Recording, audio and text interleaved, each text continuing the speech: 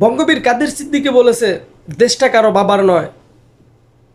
কার বুদ্ধিতে আসলে হেলিকপ্টার থেকে গুলি চালানো হয়েছে? আসলে দেখেন, আমরা যারা দেশের বাইরে তারা কিন্তু জানি না আসলে কি হয়েছে।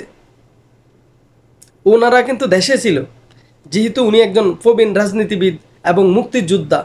তার মুখে আসলে যেহেতু এই কথাটা বলা হয়েছে, এটা নিশ্চয়ই সত্যতা আছে। কি নির্মম ইতিহাস! আসলে আমরা 1971 সাল দেখিনি, ভাষা আন্দোলন 1952 সাল দেখিনি।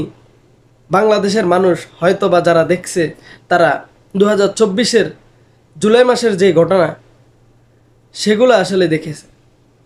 না হলে ওনার মতো একজন রাজনীতিবিদ এবং প্রবীণ লোক, মুক্তিযোদ্ধা, ওনার মুখ থেকে এই ধরনের কথা আসলে আসলে আসলে এটাকে আপনি অবহেলা করতে পারেন না।